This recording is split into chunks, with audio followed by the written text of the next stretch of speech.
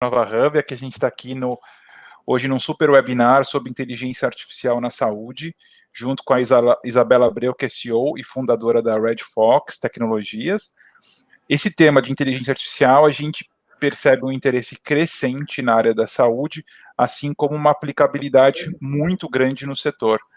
Boa noite, Isabela, muito obrigado por nos acolher e por aceitar esse convite. Olá, Fernando, boa noite, tudo bem, gente?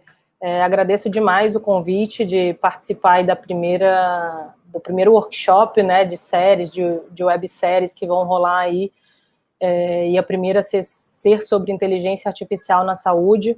Acho que vai ser bem bacana poder compartilhar com todo mundo um pouquinho do cenário, do setor, das inovações e até um pouquinho do que também a gente tem feito aí dentro da saúde. Muito bom, sem dúvida alguma, essa questão, assim, sem dúvida alguma, a inteligência artificial vai ser uma das áreas que mais vai transformar a saúde de uma forma muito rápida. A gente vê um crescimento de startups muito grande acontecendo nesse setor, né? E acho que vale muito a pena a gente se aprofundar e começar a discutir esse tema, tanto de forma presencial quanto através de forma online. E a gente estimula fortemente a participação de todos vocês através do nosso chat. Isabela, ótimo. Quer começar? Muito bom. Podemos. Então, eu vou falar rapidamente um pouco, né? Acho que a grande maioria já conhece o Fernando, mas poucos ainda me conhecem.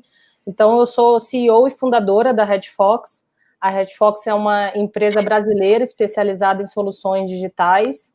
A gente lidera e basicamente trabalha, né, atua no cenário de transformação digital e crescimento de empresas de todos os portes, principalmente dentro do cenário de saúde aqui do Brasil. A gente atende grandes clientes fazendo transformação digital, tanto no aspecto operacional, quanto trazendo inovações de níveis estratégicos também. Eu sou formada em administração de empresas e graduada em economia pela Sorbonne de Paris. Tive a oportunidade de fazer o Stanford Biodesign, o Bio, né, Design, junto com o pessoal de Stanford e o do Einstein, no ano passado. E atualmente eu sou Head de Transformação Digital aqui dentro da Red Fox também. E a ideia hoje é a gente falar um pouco do que é efetivamente a inteligência artificial.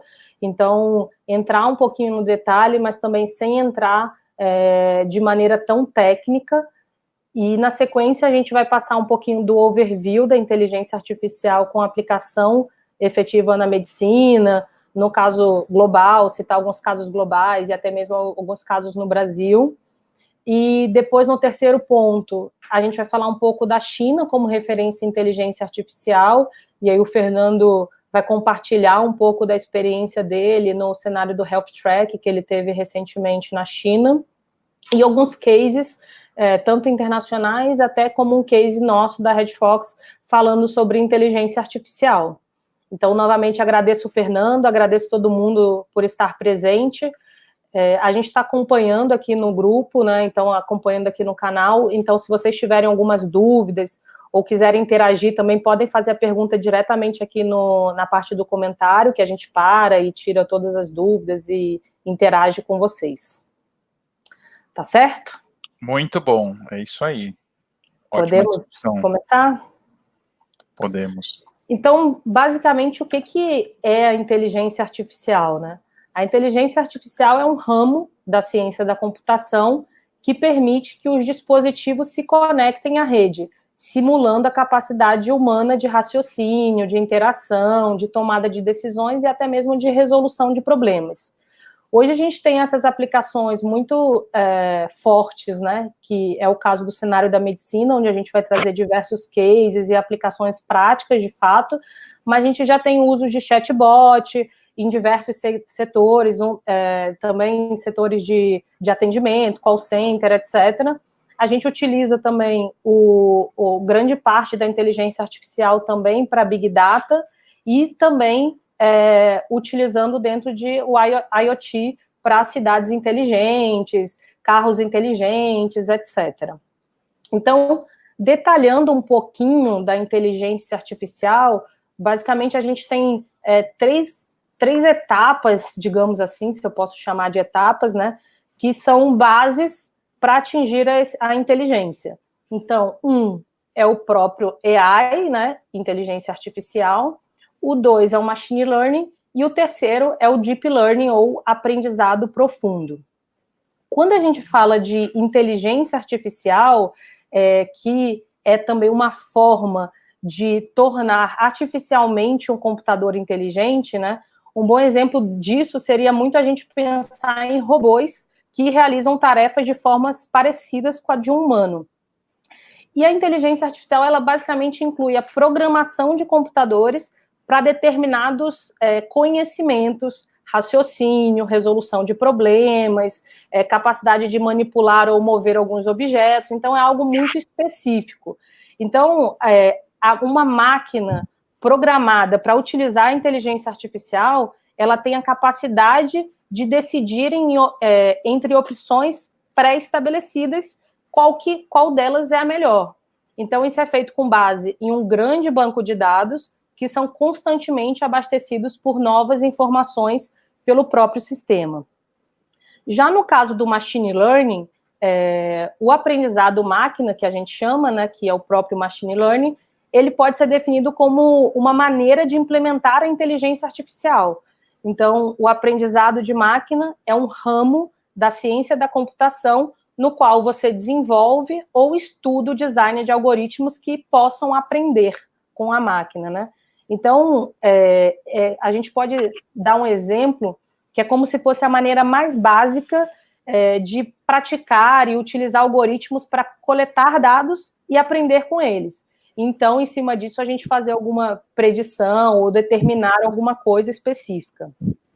Então, ao invés da gente implementar uma rotina de um software de maneira super manual, especificando um set de instruções para complementar uma tarefa, né, a máquina ela é treinada utilizando uma grande quantidade de dados e algoritmos que vão dar a ela a habilidade de aprender e executar essa tarefa. Então, esse é o caso do machine learning. E no caso do deep learning, que é a aprendizagem profunda, né, ela é uma sub-área do machine learning que emprega algoritmos para processar dados e imitar o processamento feito pelo cérebro humano. Então, já no caso do deep learning, ela é responsável por avanços recentes na visão computacional, principalmente no quesito reconhecimento de fala, processamento de linguagem natural e até mesmo o reconhecimento de áudio. Então, muito bom. Oi, perdão. Acho que assim, você pode voltar ao anterior só para fazer um comentário? Posso, claro. Eu acho que tudo isso, assim, apesar de um pouco árido no começo, mas isso é o bloco, porque que realmente essa é uma área que vai transformar a saúde, porque está simulando a forma como pensa, né? E mais do que isso, quer dizer, consegue entender os padrões inerentes ao setor saúde, né? Seja para tomada de decisão, para você fazer, como é que você tem que planejar o seu banco de sangue, como é que você tem que fazer escala de colaboradores, quer dizer, uma série, né, faturamento, que a Isabela vai comentar, mas isso na prática mostra, e isso é o que talvez seja a grande questão, é que agora a gente está num ponto que isso não é mais uma teoria distante, né? Você vê cada vez mais professores, pessoas da nossa rede, aqui no Brasil, que estão fazendo uso prático dessas soluções, estão conseguindo escalar, e de fato, a hora que você consegue implementar essas soluções no setor saúde, a escalabilidade é muito rápida, né? É uma capacidade de adaptação muito maior do que os softwares tradicionais, assim, acho que não tem nem comparação. O primeiro software é basicamente escrito, né, Isabela? Assim, o software... Sem dúvida. A parte da inteligência artificial, ela é muito ainda baseada em regra de negócio, né? Do caso do machine learning, do deep learning, já são evoluções da própria inteligência artificial, e cada caso é um caso específico para uma aplicação também, de acordo com alguma necessidade específica também do setor. E hoje diversos setores já utilizam, né? Agora, a grande tendência é realmente a utilização disso para ganhos de produtividade, principalmente dentro da área da saúde. Então, ainda gera bastante discussão de como isso vai fazer, mas a gente vai trazer aqui hoje casos práticos de como isso está sendo aplicado efetivamente dentro da medicina, da saúde de maneira geral. Né? Perfeito. E aí, entrando um pouquinho nos pilares, né, da inteligência artificial, que são basicamente 4 pilares, né, que a gente fala. que um é o sentido, um é a razão, o outro é a ação e a adaptação. Então, é basicamente, todos os dados de entrada são chamados de sentido, que são analisados e são gerados um resultado. Então, esse resultado a gente chama ele de razão, e com base nisso, com base nessa razão, uma ação é executada em cima desses resultados. E aí os dados de entradas são utilizados, né, para poder fazer uma forma de seleção e processamento, e os cálculos feitos na entrada são melhorados, e aí a gente gera a adaptação. Então, basicamente, toda a base da inteligência artificial, ela tem uma entrada, um processamento, uma ação específica e depois uma adaptação para efetivamente melhoria desse modelo e tudo mais.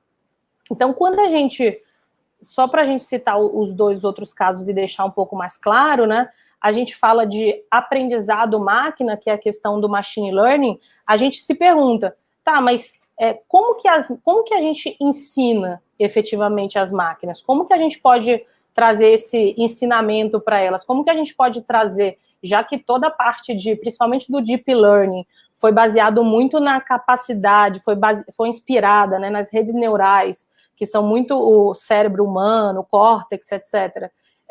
Como que a gente transforma isso e ensina a máquina algo muito específico mesmo do ser humano?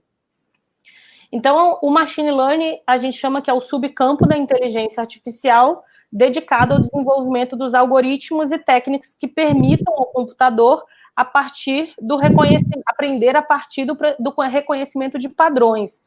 Então, tudo, principalmente até em alguns casos de saúde, a gente vê que existem muitos padrões.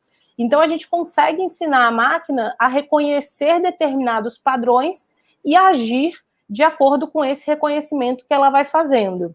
Então, quando a gente fala do machine learning e do deep learning, dentro do machine learning, por exemplo, a gente tem um input, que vamos supor, a gente pega a foto de um carro, insere na máquina, né, através de dados numéricos e de maneira manual, utiliza um cálculo matemático, baseado normalmente sempre em estatística, para identificar essa imagem, como no final do output, para identificar se ela é um carro ou não é um carro. Então, essa é a forma mais simples de explicar o que seria um machine learning. No caso do deep learning, a gente faz um input da imagem, né? E o próprio sistema ele vai fazer o tratamento, a organização e vai transformar a imagem em uma linguagem específica para a máquina. Então, ela usa um cálculo matemático também, só que baseado no que a gente falou de redes neurais, para identificar a imagem como sendo um carro. Então, são 3 tipos que a gente pode falar um pouco, que são fases ou estágios da inteligência artificial, né? Que é o machine learning e o deep learning, que são utilizados para diversos casos, cada um dentro da sua necessidade específica. Mas o deep learning é o mais avançado ou não? É simplesmente um uso da inteligência artificial?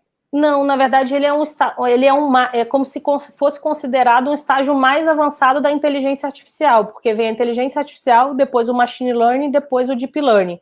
Mas não necessariamente significa que sejam estágios, tá? São formas de aplicação com intuitos diferentes e com objetivos diferentes também. Tá? E aí depois a gente vai trazer casos mais específicos desses também para clarear o entendimento.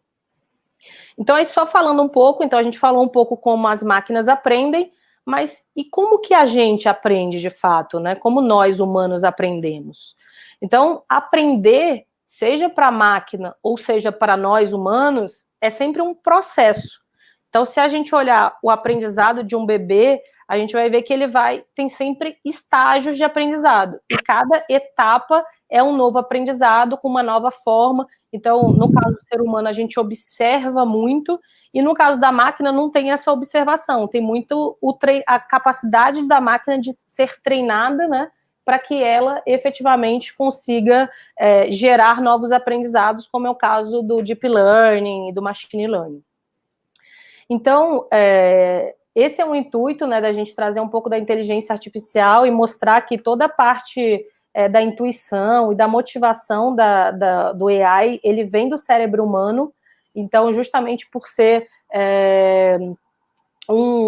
um sistema extremamente poderoso e difícil de ser replicado. Então, cada vez mais a tecnologia vem tentando trazer essa capacidade ou replicar um pouco dessa capacidade de pensar do ser humano para aprimorar novas técnicas ou para processar grande volume de dados e trazer bastante outros resultados e diversos melhorias, principalmente na saúde de diagnósticos, etc.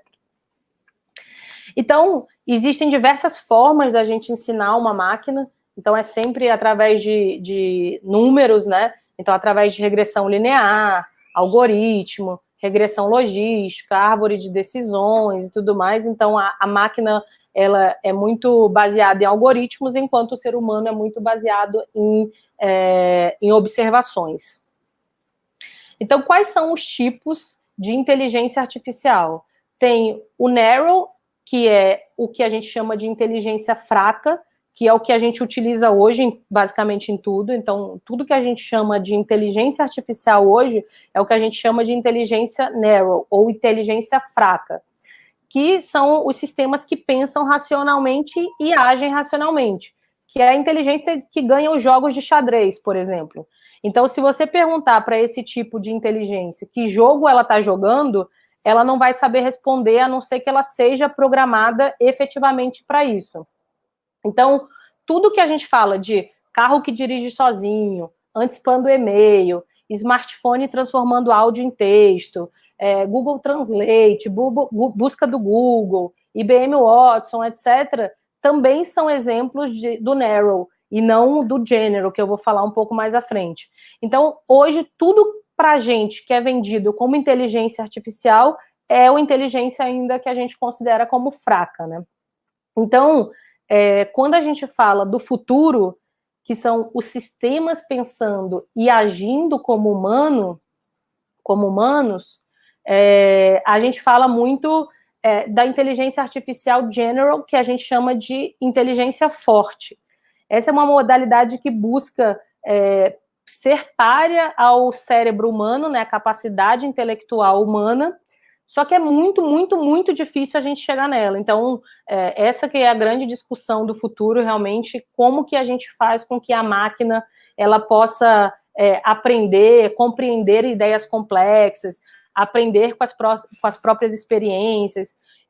A gente, né, acredita ainda muito que a gente está muito longe de chegar em algo muito parecido a isso, e são questões ainda muito do futuro, né? Como a gente via naqueles filmes de ficção científica, do robô e tudo mais.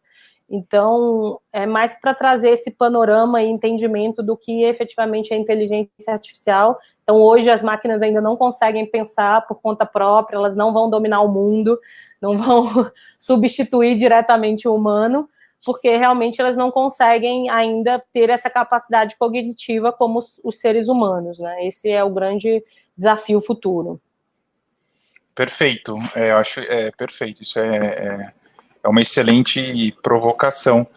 Mas, assim, quais são os fatores principais que agora, eu acho que nos últimos 5 anos, a questão da inteligência artificial realmente se tornou um tema muito relevante, né, especialmente na área da saúde. Isso. Então, agora a gente vai abordar um pouco dessa visão.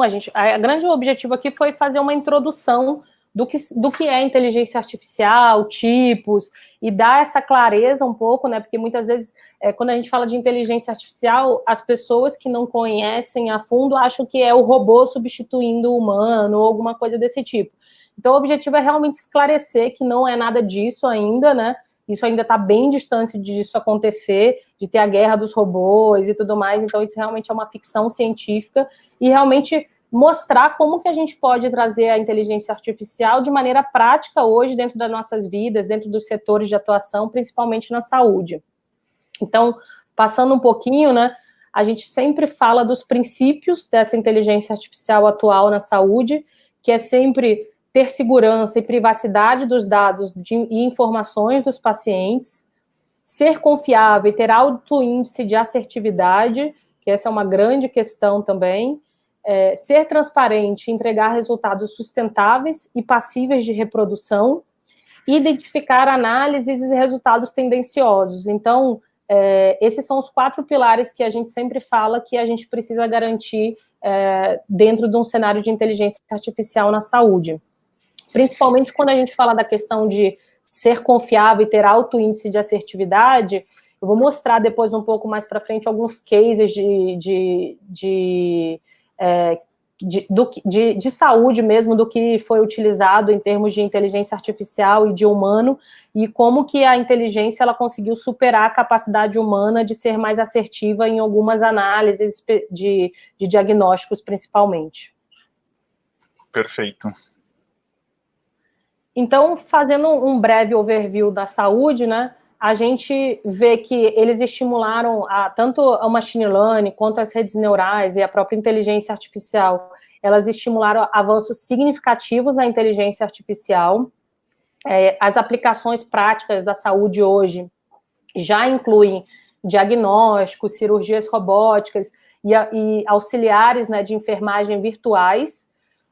Hoje a estimativa é que até 2021 a área da saúde deve atingir 6,6 bilhões de dólares e que essa adoção dessa tecnologia, né, ela pode economizar só nos Estados Unidos cerca de 150 bilhões até 2026. Então, realmente, a gente vê como que a inteligência artificial ela realmente vem para gerar produtividade, para gerar maior ganhos e realmente utilizar a capacidade humana para resolver problemas mais complexos e deixar as coisas mais simples para que a máquina consiga efetivamente fazer sozinha. Perfeito. Eu acho que isso é uma questão que o pessoal fala, mas tem... Claro que hoje você vê muito o investimento em health techs, em tecnologias em saúde só crescendo, mas realmente você tem uma necessidade de gerar muito mais eficiência no setor, né? Então, realmente as startups de inteligência artificial, algumas já valem, já são unicórnios, né? E com certeza a gente vai ver muitas outras.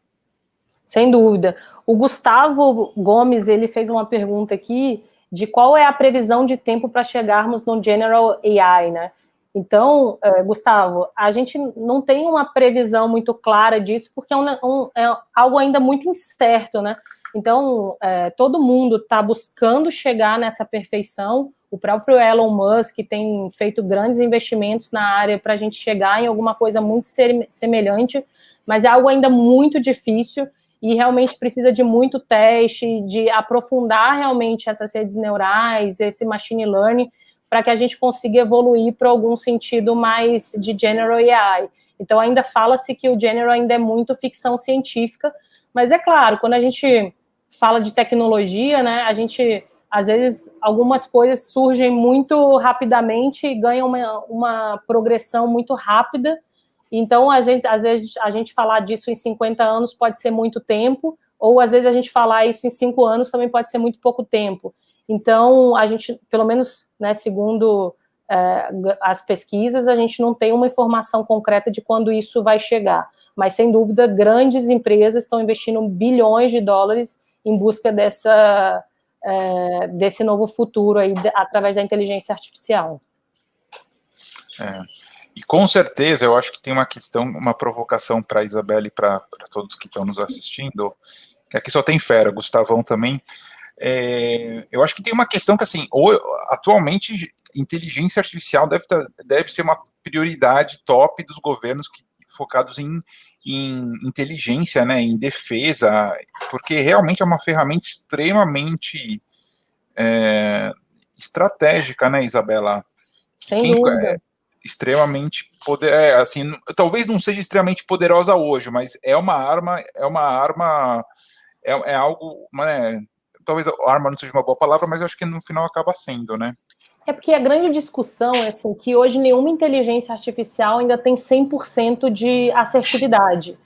Então, o Paulo Henrique respondeu aqui, depois eu até leio o comentário dele sobre isso, mas, sem dúvida, é que nem, por exemplo, os carros que são autodirigidos, né? Hoje eles utilizam inteligência artificial para poder identificar alguns padrões e fazer desvios e tudo mais. Mas aí, por exemplo, aí vem um caso como o carro que atropelou uma pessoa que saiu correndo na frente e ele não teve tempo hábil de parar. Então, é lógico, como tudo é baseado em algoritmo, de novo, possivelmente isso vai ser mais um aprendizado da máquina, que ela vai aprender a reconhecer um determinado padrão que ela não foi treinada para isso. Então, esse que é o grande dilema, né? Então, como você ter 100% de acuracidade na máquina? Hoje nada é 100% ainda, né? Então, enquanto a máquina não conseguir ser treinada o suficiente para poder aprender todos os padrões, ou pensar de maneira que esse que é o grande desafio, né? A máquina ela ainda não pensa, ela precisa ser treinada para alguma coisa. A partir do momento que em cima dos treinamentos elas começarem a ter uma capacidade cognitiva, que pode ser que a gente chegue a isso ou não, né? Aí sim a gente vai ter muito mais segurança para chegar nesse futuro aí que todo mundo fala das máquinas pensarem como humanos e tudo mais. O Paulo até falou, o OpenAI fez uma parceria com a Microsoft para tentar desenvolver uma General AI, mas não dão detalhes sobre. Realmente pode ser daqui a um ano ou nunca acontecer. Eu acho que, inclusive, o OpenAI é de um aluno de Duke, de um ex-aluno, um alumni de Duke, que é onde eu fiz a faculdade. O pessoal estava bem contente com essa parceria. Pô, legal. E aí o Gustavo volta, na indústria 4.0 a inteligência artificial é tão impactante como foi a energia elétrica na indústria 2.0. Isso é verdade. Esse é o grande dilema, né? Eles falam que a inteligência artificial é a grande revolução da indústria 4.0. E tem tanta provocação, né? O Gustavo é de Florianópolis, né? Se a gente, não só de estar preparado, temos mão de obra, aí todos vocês sentem essas dores, né? Sem dúvida. Isso até é outro tópico. A gente não quis trazer aqui uma grande generalização do inteligência artificial, mas a gente tem cases também, né? A gente tem exemplos da inteligência artificial em diversos outros setores, então, principalmente na indústria também, no e-commerce, enfim, diversos outros segmentos no varejo. E isso mostra que realmente está no caminho, e a saúde também tende a adotar cada vez mais a inteligência artificial. Então, realmente é um grande disruptor aí das tecnologias, né? Porque tem uma questão central, assim, tudo bem, nos Estados Unidos estão falando de 150 bilhões, né? Imagina o potencial de economia, de savings no Brasil da inteligência artificial. É muito impactante, né? E é uma coisa que o gestor, assim, a gente fala assim, não sei se o pessoal do São Cristóvão está assistindo, mas assim, até, né, assim, tá todo mundo olhando para isso, dado o impacto de savings aliado com segurança, claro.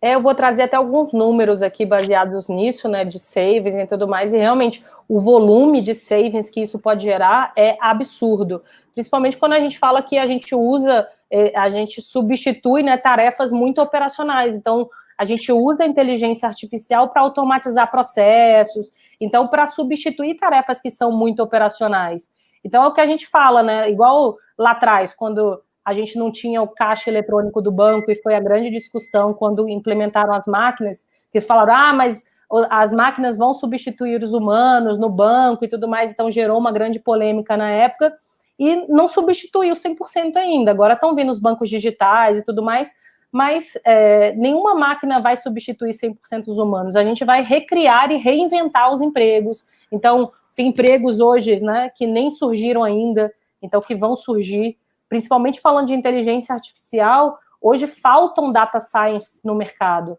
então, que são pessoas que vão ser treinadas e têm habilidades, né, analíticas e etc., e outras capacidades para desenvolver algoritmos para treinar e capacitar as máquinas. Então, falta esse tipo de profissional no mercado, e eu acho que, de novo, né, não vai ser substituído, o trabalho vai ser mudado para deixar as máquinas cuidando de coisas mais operacionais e o humano pensar em coisas mais complexas e tudo mais. Muito bom, né? E aí, falando um pouco das aplicações do AI na saúde, né, a gente tem toda a parte de imagem e diagnósticos, uma parte de gestão também, a parte de pesquisas e desenvolvimento e toda a parte de cuidado do paciente. Então, basicamente, quando a gente olha para a saúde como um todo, né, quando a gente fala desses 4 pilares, a gente está falando da saúde como um todo. Então, dentro de imagens e diagnóstico, a gente fala de predição e prevenção para poder ajudar a gente a identificar quais são os diagnósticos, trazer mais precisão para os diagnósticos, trazer insights para dentro de imagens, de saúde, descobrir precocemente novos diagnósticos, né?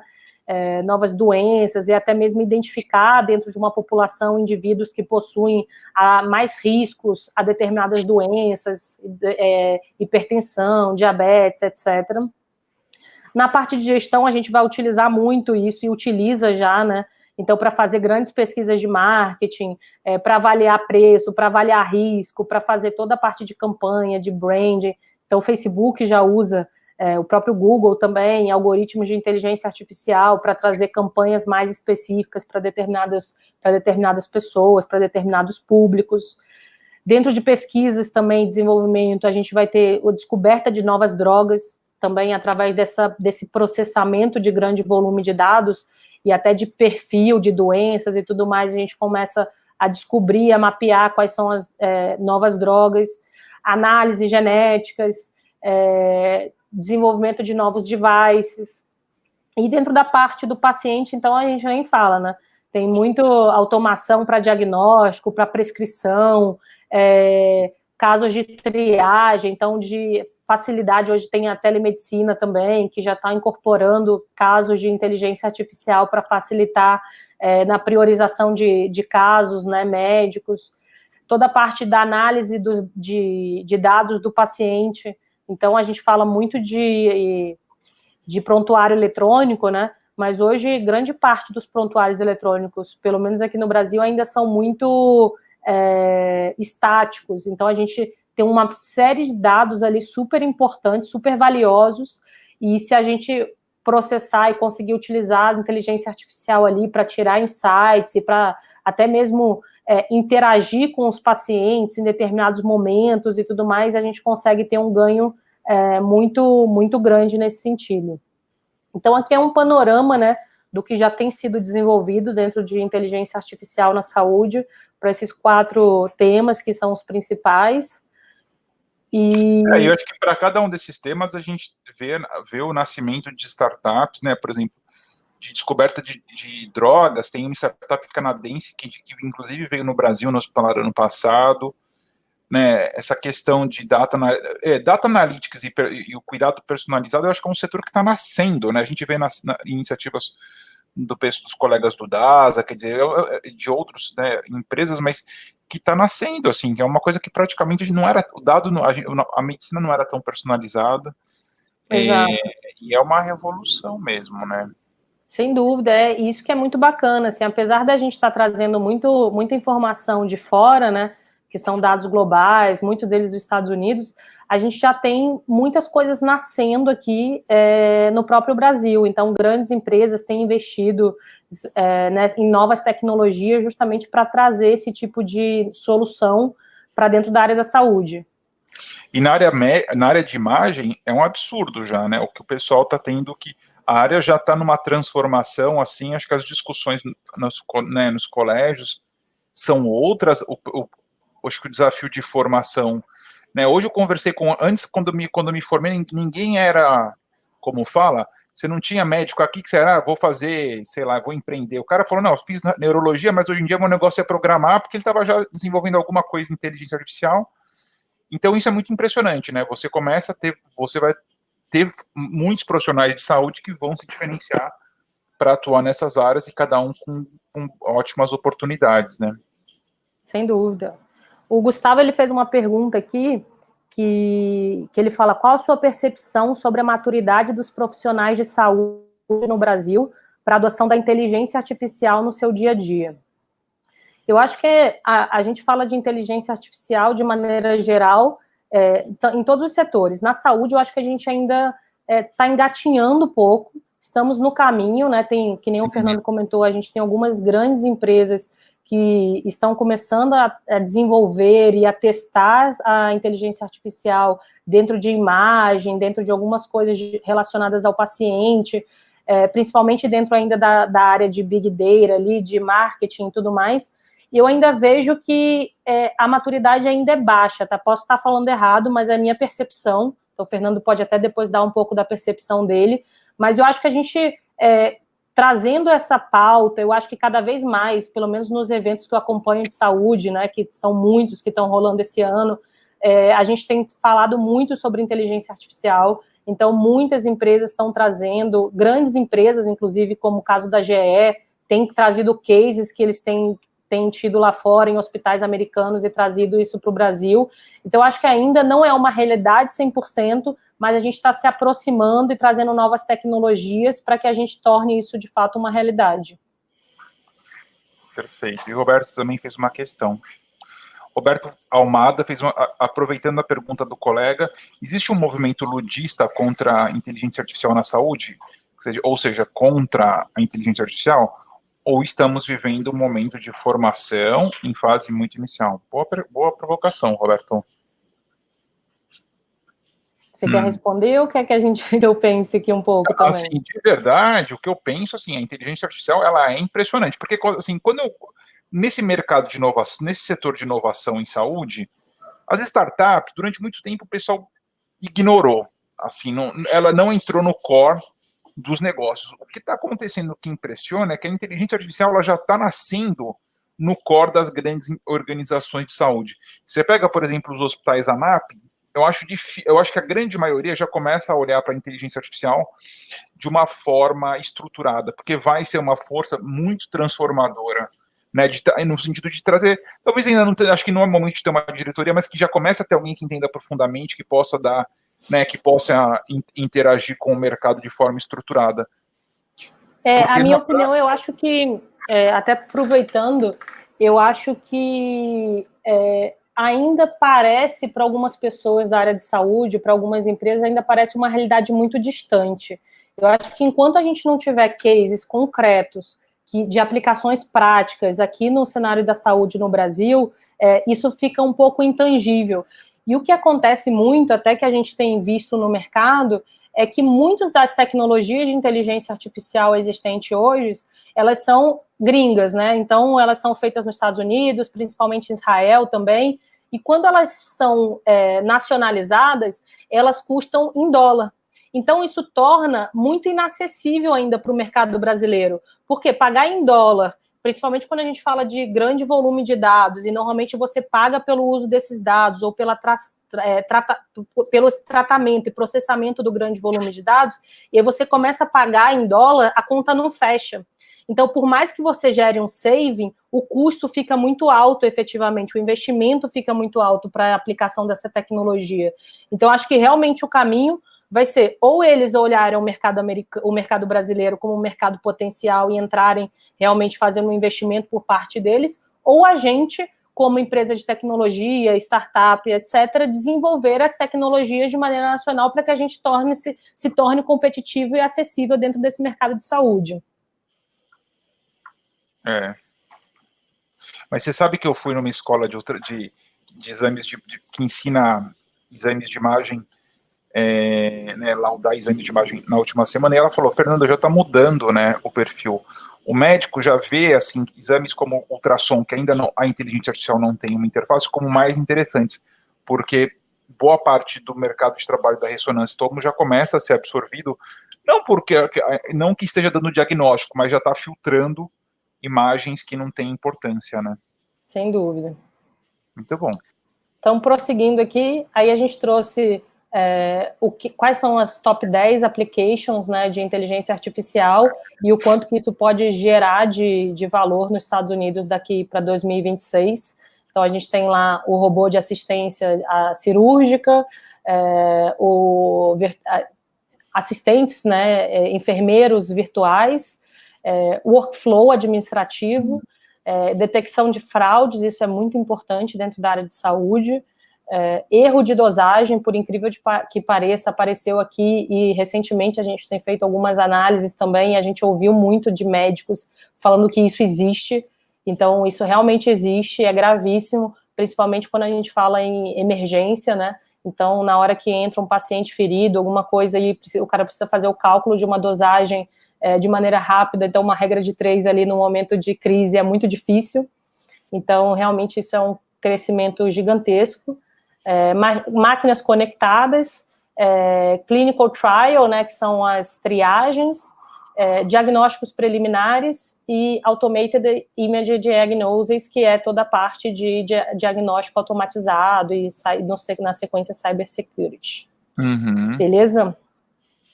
Não, eu acho que é impressionante, né, essa questão de assim, a assistente, como é que fala, de enfermagem virtual, que a gente tem visto já muitos robozinhos, tal, que ajudam o paciente a lembrar. Chatbots, né? Que ajuda o paciente a lembrar a hora de tomar remédio e tal.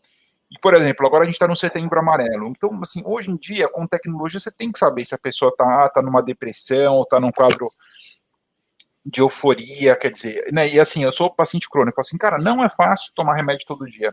E aí eu falo assim, e aí você vê cada vez mais, né, chatbots, mas robôs powered by inteligência artificial que conversam, que começam a ser usados para tratamento de depressão, tal, assim, tratamento não, mas para acompanhamento.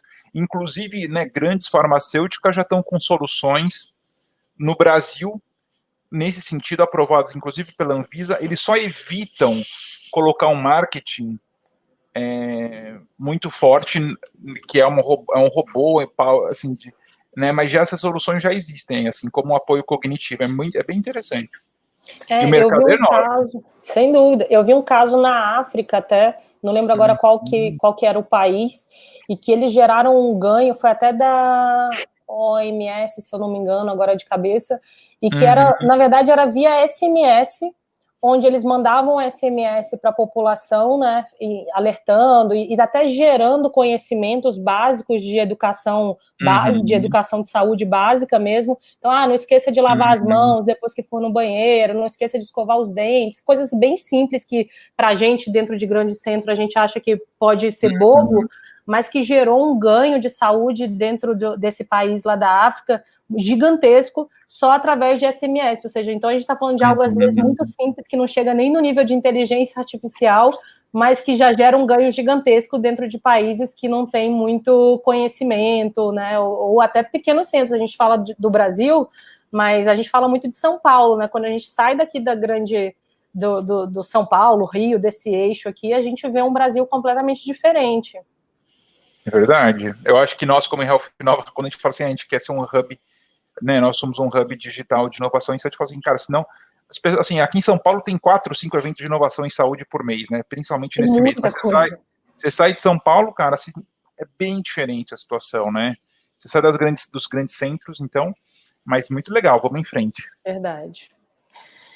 Então, os potenciais riscos ainda da inteligência artificial são que as redes neurais ainda funcionam como uma caixa preta, né? Uma vez que você monta uma rede neural, quase como um blockchain, você não consegue depois saber meio que o que está acontecendo lá dentro.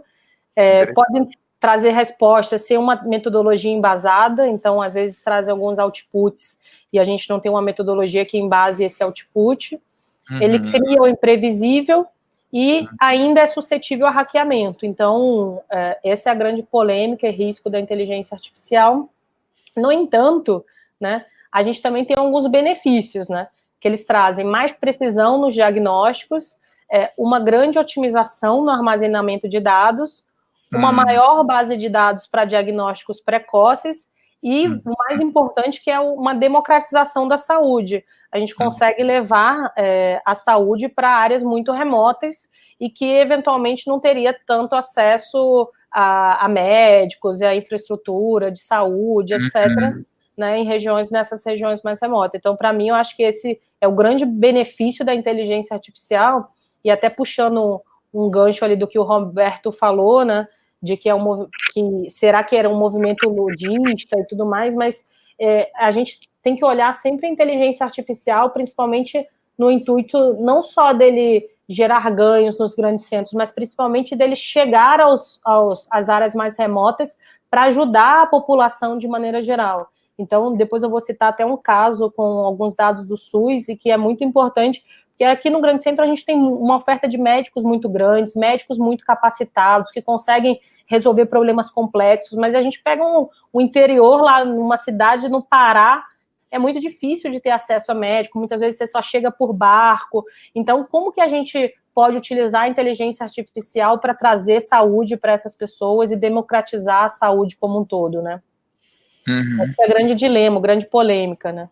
Eu acho que a palavra acesso é uma palavra excelente, né? Eu acho que grandes fundações, como a Fundação Bill e Melinda Gates, tá todo mundo tem que olhar isso, quer dizer, acho que realmente, né, e certamente as Nações Unidas, quer dizer, que vai ser uma coisa, inclusive a gente vai ter um outro convidado, que é o Miguel, que vai participar conosco, que ele está hoje, tem uma interface aí de inteligência artificial junto com as Nações Unidas, acho que vai ser uma conversa bem interessante. Legal. Então, aí, algumas startups, né, que já estão transformando a saúde com inteligência artificial, então, dos vários setores, desde do paciente, de pesquisa, da parte de imagens, isso aqui a gente trouxe só para mostrar que o ecossistema já está bem desenvolvido lá fora, então basta agora a gente também trazer e criar novos casos para dentro do cenário brasileiro, que é aquele grande desafio que eu comentei, né, da gente não só utilizar o que a gente tem lá fora, mas também desenvolver as nossas tecnologias internas para tornar mais acessível. E aí agora a gente falar um pouquinho da China como referência de inteligência artificial na saúde. E se você puder comentar um pouco da sua experiência, Fernando. Não, fala você que eu continuo, eu vou... Beleza.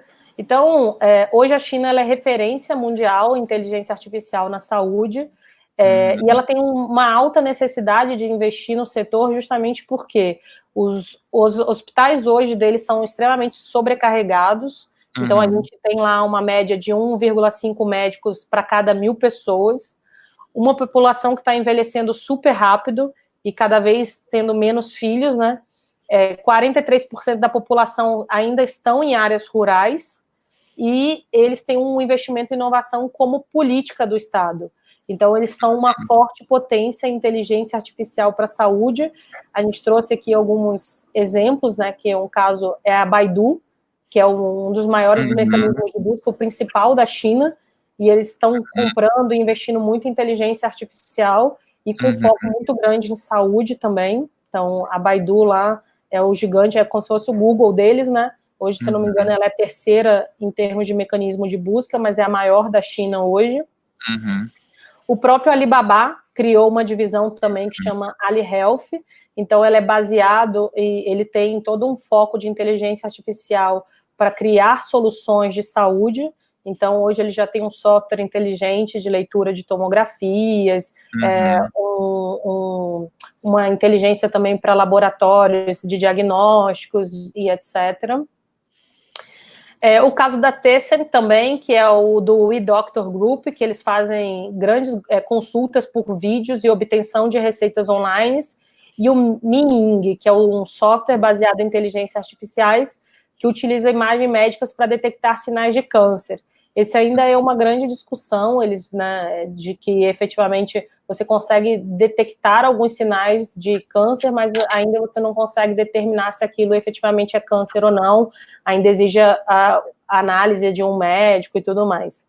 Mas a gente vê que eles estão bem num caminho de utilizar, principalmente na China, a inteligência artificial para trazer mais recursos para a população, principalmente na questão de trazer mais acesso, então a teleconsulta e tudo mais, e a inteligência artificial para detectar, fazer diagnósticos precoces e tudo mais. Perfeito.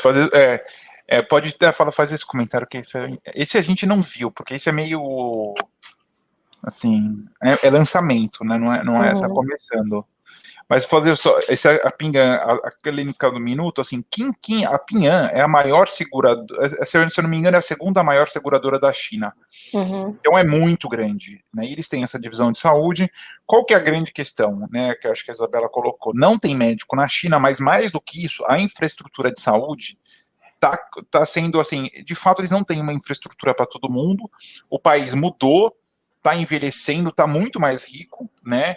E tem uma mão muito pesada do Estado na área da saúde. Porém, tem um forte incentivo do Estado para você ter implementação de health techs, né?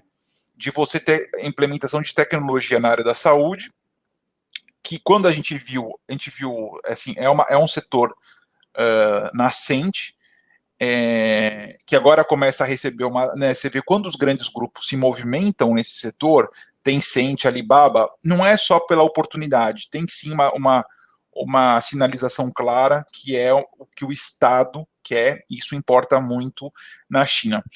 Outra coisa, quando a gente foi para a China, 1,3 bilhões de pessoas, gente, é muita gente. Em alguns momentos a gente fala assim, olha, eu posso talvez ir na estação da Sé, assim, no lugar mais cheio de São Paulo, depois que eu fui para lá, eu falei, cara, realmente você entende que assim, o que é você estar no meio de 1 bilhão de pessoas, a infraestrutura assim, física é muito adequada, né? Tem muito metrô, muito transporte público, tem muita trem, assim, chega um absurdo, assim, terminou o trem, tem trem-bala para te levar para mais longe que a gente usou, assim. Agora, na área da saúde, que fica claro que, assim, a inteligência artificial para eles é estratégica como país, né?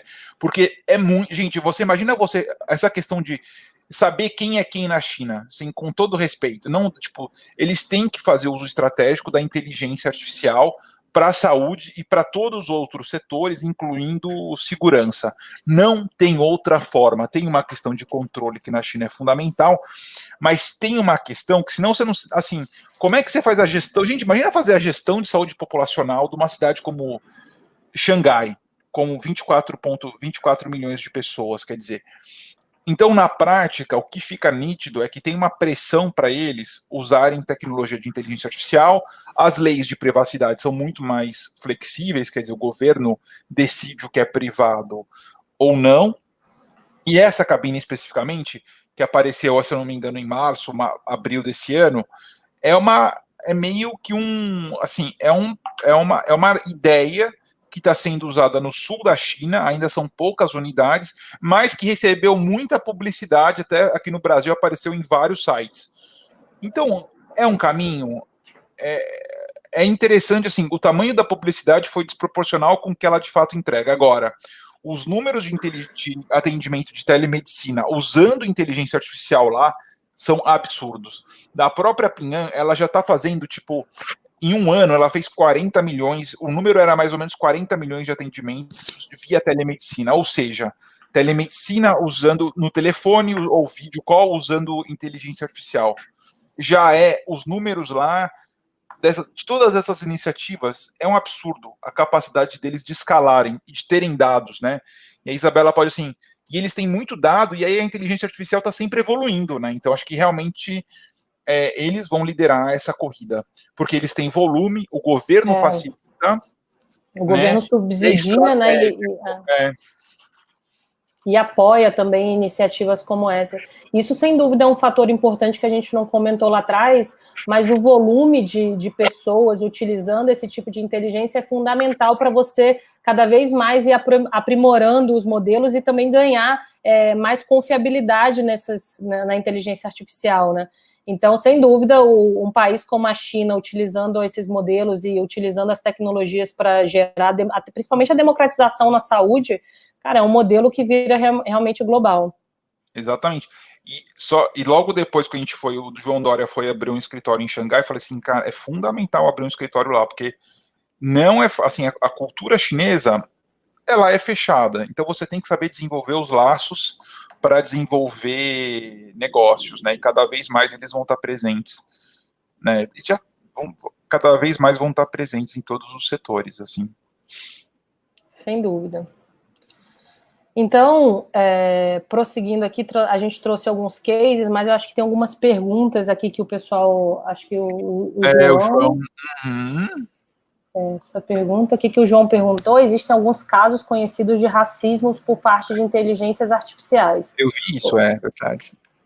Isso foi um caso, acho que foi até do Watson, não lembro exatamente qual foi o caso, nome Tai, alguma coisa assim. E que eles... Você pode até explicar, você tem o caso aí, João? Se você tiver e puder exemplificar um pouco, que aí a gente consegue... Porque para a gente entender que padrão que ele reconheceu para gerar essa discrepância, né? Sim, exato. Qual foi o caso específico que gerou esse racismo na internet? Se você tiver em algum grupo nosso, publica aí também. Pois é, acho legal da gente compartilhar esse tipo de informação. E aí o Thiago Gomes também fez uma outra pergunta, que é, sabemos que países com APS forte, né, que é atenção de saúde primária, têm seus melhores custos-benefícios nos sistemas de saúde. O que vocês acham que a inteligência artificial pode trazer de benefícios para a coordenação dos cuidados na atenção primária? Eu acho particularmente que a gente consegue, né, aumentar o acesso, que é o caso da democratização, e 2, através de mecanismos de inteligência artificial, chatbots e tudo mais, começar até monitorar pacientes de doenças crônicas em termos de, até usando wearables mesmo. Coloca wearables, eles mandam um dado, a gente pode comparar esse tipo de dados com pessoas do mesmo grupo de doenças e tudo mais, e trazer alguns insights muito, muito importantes. Teve até um caso recente, se eu não me engano, nos Estados Unidos, de que uma pessoa estava usando o Apple Watch e aí, através do monitoramento cardíaco, detectou que a alteração cardíaca dela, e se eu não me engano, era um caso de infarto, algo parecido, e o Apple Watch que detectou essa alteração e conseguiu conectar direto com o médico, algo nesse sentido. Então, foi o uso de um wearable já para acompanhar esse tipo de atenção, né? E eu acho que é super factível da gente utilizar isso aqui num país como o nosso, né? Para o uso de atenção na saúde primária. Não, a gente tem um monte, na nossa rede a gente tem o pessoal da QualiRede, quer dizer, tem um monte de gente, né, o pessoal da Unidas, tem muita gente interessada em, né, o próprio pessoal do Sabin, isso é um tema super estratégico, né? O que a gente tem de dificuldade é o que a Isabela comentou, a gente não está conseguindo trazer as soluções para cá, que são americanas para cá, por causa do dólar. E aí abre uma oportunidade para desenvolvimento local. Por exemplo, teve um player que falou assim, cara, a Livongo, que é um gestor de diabetes, que assim, boa parte dos pacientes com diabetes não fazem o cuidado adequado, tem uma solução que é a Livongo. O pessoal, ele foi falar com os caras e falou assim, cara, a gente não vai para o Brasil pelo menos em 4 anos. Ou seja, tem muito espaço para os empreendedores locais resolverem dores que são globais. E isso é interessante, né? Sem dúvida. O Gustavo também fez uma pergunta aqui, ele pergunta, o insumo do AI é o dado. A saúde é um dos mercados que mais gera dados, sem dúvida. Porém, de uma forma muito fragmentada. Como sobrepor esse desafio? Como é este desafio na China e em outros locais? Então, eu vi recentemente, foi um caso até da China mesmo, que o que eles fazem lá, e é até um caso muito bacana, que eles têm um olhar muito centrado no paciente, né? Então, hoje quem gera grande parte dos dados é o paciente. Mas e como fazer com que esse paciente compartilhe o dado dele, né, o dado de saúde dele para todo mundo? Esse que é o grande dilema, porque hoje, apesar do paciente ser o detentor da informação, se você perguntar para ele cadê o exame dele de sangue, sei lá o que ele tirou, o que ele fez há alguns meses atrás, ele vai estar na casa dele de maneira física. E muitas vezes ele faz em vários laboratórios, ele vai em vários médicos, e para cada vez que ele vai no médico, ele tem que levar lá a pastinha com todos os exames e tudo mais. Então, se ele passar mal na rua, ele não tem o histórico dele de maneira fácil e acessível. Então, se a família dele precisar saber se ele tem alguma doença prévia, não sei o quê, é muito difícil. E aqui no Brasil, a gente não tem a figura do médico da família, como a gente tem em alguns países, como o caso da França, Reino Unido, etc. Canadá também. Então, o que a China estava fazendo era, ela criou uma empresa, na verdade, criou como se fosse um grande Facebook centralizador de dados, né? Não chega a ser, quando eu digo Facebook, é assim, cada pessoa compartilha com seus grupos e familiares os seus dados de saúde. E cada vez que essa pessoa compartilha esse dado de saúde, ela vai ganhando como se fosse pontos, na verdade isso foi no Japão, falei China, foi no Japão. Ela ganha pontos para serem trocados no final da vida com serviços do governo. Então, vamos supor, ela vai precisar de uma assistência lá na frente, de uma enfermeira, sei lá o quê, horas de enfermeiro. Então, ela vai trocando por pontos e depois ela vai trocando por serviços de saúde relacionados a isso. E o que é legal é que aí essa empresa vai criando um grande banco de dados e ela começa a classificar. E você tem a permissão lá, claro, de maneira anonimizada, de compartilhar aquela sua informação. Então, você vai lá e fala assim, eu quero compartilhar que eu tenho, sei lá, pega uma doença aí crônica, eu tenho, sei lá, diabetes. Eu vou lá, quero compartilhar que eu tenho diabetes de maneira anônima, né? O banco de dados faz todo um cross-check com pessoas que têm e tudo mais, e você consegue fazer análises de doenças em determinadas regiões, você consegue ter uma assertividade muito grande, mas o grande desafio, de novo, é você consolidar todos esses dados em um só lugar e as pessoas quererem compartilhar esse tipo de informação para que a gente tome decisões cada vez mais assertivas. É bem complexo. É bem complexo. Mas e aí a gente já está... Perdão. Não, desculpa. E aqui no Brasil, essa questão, a discussão não, né? A implementação da Lei Geral de Proteção de Dados, tal, acho que isso é a Isabela pode falar que como é que isso está afetando os clientes, assim, ainda mais nesses usos, na evolução do uso da inteligência artificial. Sem dúvida. Então, hoje está todo mundo preocupado, né, e se preparando também para a nova lei que vai entrar em vigor. Na verdade, assim, apesar de entrar em vigor, de falar muito sobre a Lei Geral de Proteção dos Dados, hoje todos os dados são bem protegidos. É claro, tem diversas classificações que as empresas ainda precisam se adaptar e tudo mais, mas, de certa forma, todas as empresas têm toda uma cautela, principalmente quando aquelas que lidam com dados diretos de paciente, de não expor os dados, tem até porque tem leis muito específicas para isso, né? Então, eu acho que o caminho realmente da Lei de Proteção de Dados é muito seguir um pouco da linha do que a gente tem dentro de serviços financeiros, né, que hoje também é muito forte essa questão do sigilo, da informação bancária e tudo mais, e é um caminho sempre muito seguro também para os pacientes e para as pessoas em geral. As empresas estão correndo atrás muito disso, muito preocupadas também com o que pode vir, mas isso também gera, não que não deva ter, tá? Eu acho que, sem dúvida, essa preocupação, essa proteção dos dados, da informação, ela, sem dúvida, é muito importante, extremamente fundamental, principalmente dentro do cenário de saúde, mas isso gera também uma barreira muito grande de entrada de novas startups e inovações. Por quê? Porque quando a gente começa a aumentar a barreira, ou a regulamentação, ou a exigência de controles e de uma série de coisas, você começa a reduzir um pouco a inovação, porque para que novas empresas surjam, elas precisam estarem muito adequadas a esses novos parâmetros. Então, o que muitas empresas grandes do setor têm feito, até para se aproximarem de startups e acompanharem um pouco das inovações, é permitirem, dentro de ambientes controlados, testes dessas novas tecnologias ou inovações. Então, vamos supor, surgiu uma nova tecnologia X, e para eu ainda não divulgar tudo para o mercado, ou para não testar isso e de repente dar errado, e não ser muito bem aceito, ou qualquer coisa nesse sentido, eles fazem pilotos, né, empresas que são muito grandes, fazem pilotos em ambientes mais controlados para testar se aquela solução daquela startup fica de pé ou não, e aí, ficando de pé, eles fazem um rollout para as outras unidades, outras marcas, enfim, para outros, para a empresa como um todo. Mas tem outras empresas que são mais resistentes e preferem evitar esse contato com startups e tudo mais. Eu vou abrir agora uns cases, a gente já está passando aqui agora 1 hora de live, vou passar rapidamente nos cases para a gente não prolongar muito, e a gente já, na sequência, se ninguém tiver mais dúvida, a gente finaliza. Beleza? Fernando? Perfeito. Ótimo.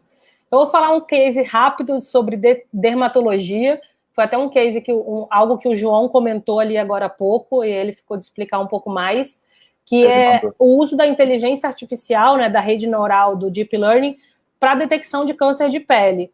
Então, foi feito um estudo onde eles pegaram mais de 100 mil imagens de melanomas malignos e sinais benignos, e compararam depois, processaram dentro dessa rede de Deep Learning para poder identificar o que era maligno do que era benigno. E depois eles pegaram esses resultados e compararam com 58 dermatologistas internacionais para saber qual era o grau de precisão dos dois grupos. Então, do grupo de médicos com o grupo de máquinas. E aí os dermatologistas chegaram a um resultado de 85% de precisão, enquanto a rede neural chegou num grau de 95% de precisão. Então, significa que a gente está utilizando, está avançando cada vez mais. De novo, vamos substituir o médico? Não, a gente vai utilizar a capacidade de máquina para gerar mais produtividade e conseguir separar o que é bom do ruim, nesse caso aqui específico, né? E utilizar os médicos para realmente se concentrarem naqueles casos que são mais graves. Então, não significa que, pelos médicos, nesse caso específico, terem tido uma baixa performance em relação à máquina, que eles serão substituídos. Pelo contrário, significa que eles vão deixar de fazer atividades muito operacionais para se dedicarem aos casos mais complexos. Isso é interessante.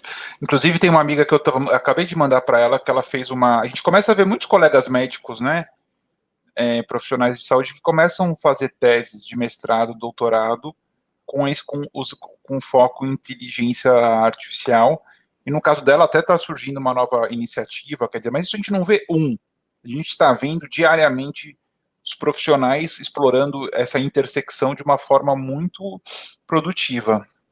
Sem dúvida. Aí depois, casos rápidos também, que era o de oncologia, que é a grande promessa, né, que é para o diagnóstico e tratamento do câncer. Hoje o Watson da IBM, ele está realizando bastante aplicação e testes para tentar chegar num diagnóstico de câncer. Ele já tem adoção em diversos hospitais americanos, mas ainda ele trabalha com baixa precisão nesse sentido de detectar, ele já consegue detectar até algumas células cancerígenas, mas ele não consegue detectar qual tipo de câncer e algumas coisas muito específicas. Então, é um caminho. Então, o Watson está realmente muito forte investindo nisso e fazendo testes para que a gente caminhe para uma oncologia também utilizando a inteligência artificial. O outro caso é o caso de doenças cardiovasculares, que hoje é a causa número 1 de morte no mundo, e que, nesse caso específico, alguns estudos mostraram que era possível detectar sinais precoces de doenças cardiovasculares através da análise ocular.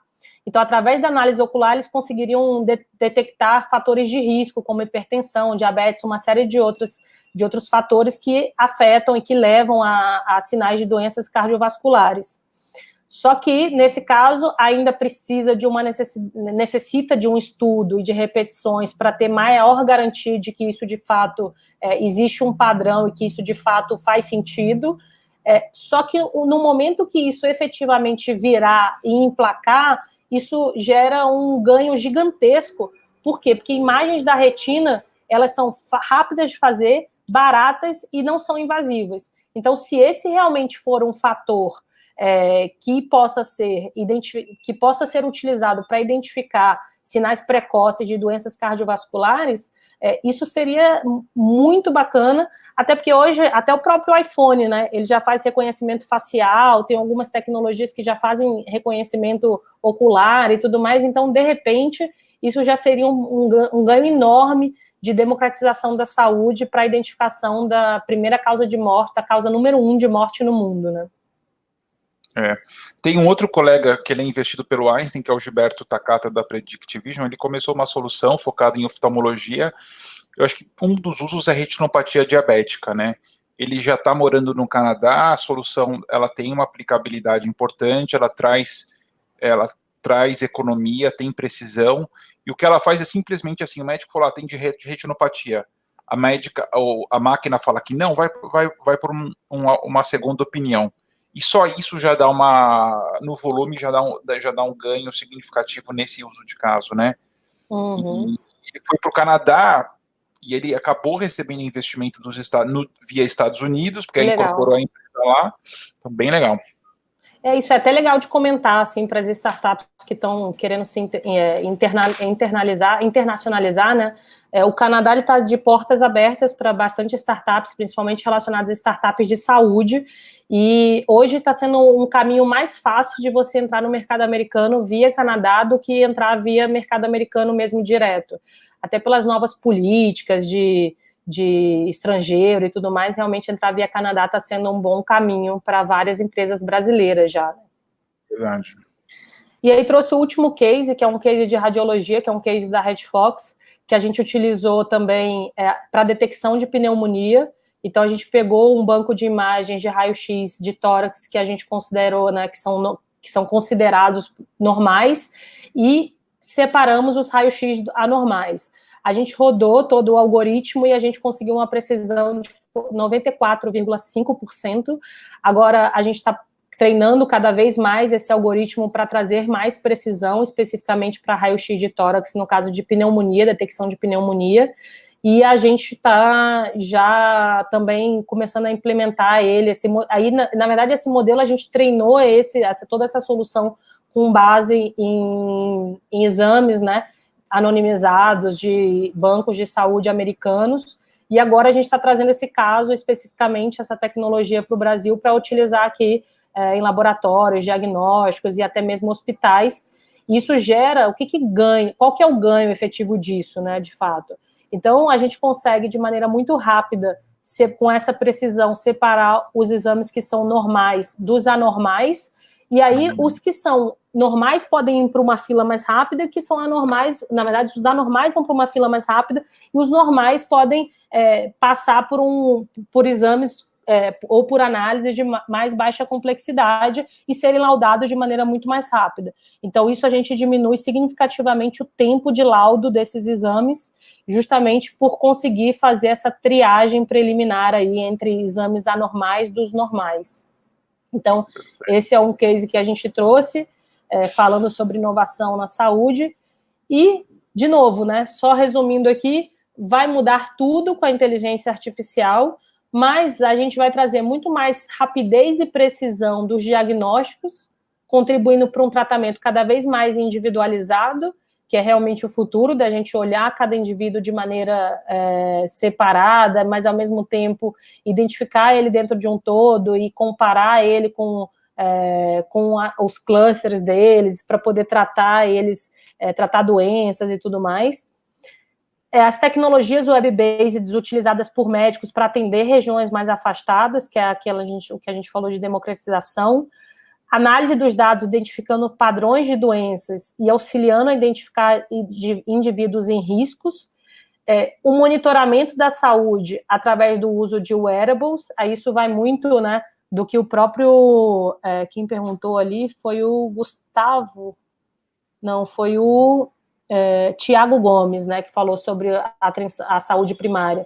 Então, realmente, o uso de wearables para monitorar a saúde, toda essa análise de dados para identificar padrões de doença, isso tudo é factível da gente colocar numa saúde primária, e até mesmo essa questão que eu citei, esse caso que eu citei de laudo especificamente, ele é muito cabível no SUS, né? Hoje a gente tem um número gigantesco de laudos, acho que, se eu não me engano, agora de cabeça, mais de 60% dos exames do SUS não são laudados por falta de médicos, né?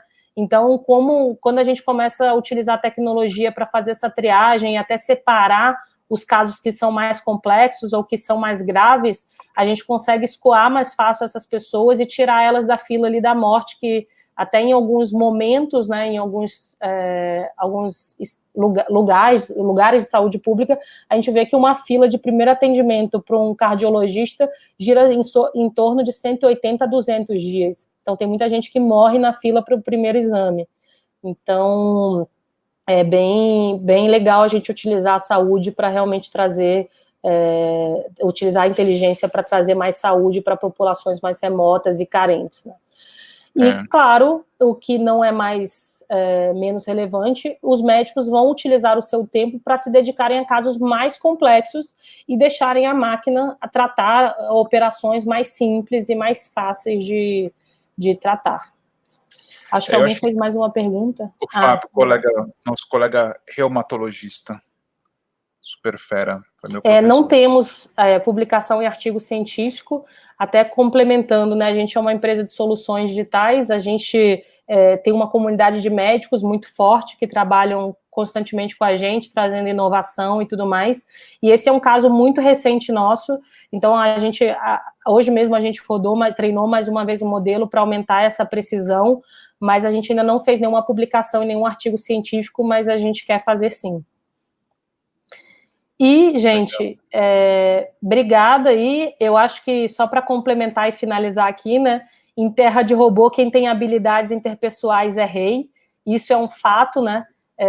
O grande futuro da medicina realmente é deixar a máquina fazer a parte mais simples e o médico lidar cada vez mais com pessoas, que eu acho que isso a máquina realmente não vai conseguir substituir, que é esse tato, é essa comunicação com as pessoas, é o olho no olho. Então, o resto que a gente conseguir deixar para a máquina fazer, para gerar produtividade, melhorar as operações, aí a gente pode deixar com elas. Então, obrigada aí, Fernando, obrigada a todo mundo que ficou com a gente aí até essa hora, a gente passou um pouquinho do horário. Aqui eu deixo meus contatos, então, quem quiser mandar e-mail, WhatsApp, eu estou sempre no WhatsApp, estou sempre no e-mail, estou sempre no LinkedIn, então eu sou super conectada. O Fernando sabe bem disso, né? Não, e eu acho que aqui eu vejo, né, o colega Fábio da Escola Paulista, Unifesp, né, o Gustavo de Florianópolis, a gente vê que é necessário também uma intersecção muito grande entre o setor acadêmico, as universidades e as empresas de tecnologia e startups, né. No nosso grupo, a gente tem o Anderson, que é da Universidade Federal de Goiás, e você vê que esses, né, tá aumentando, agora eu acho que ele conseguiu graduação, não sei se era graduação em inteligência artificial, eu acho que é.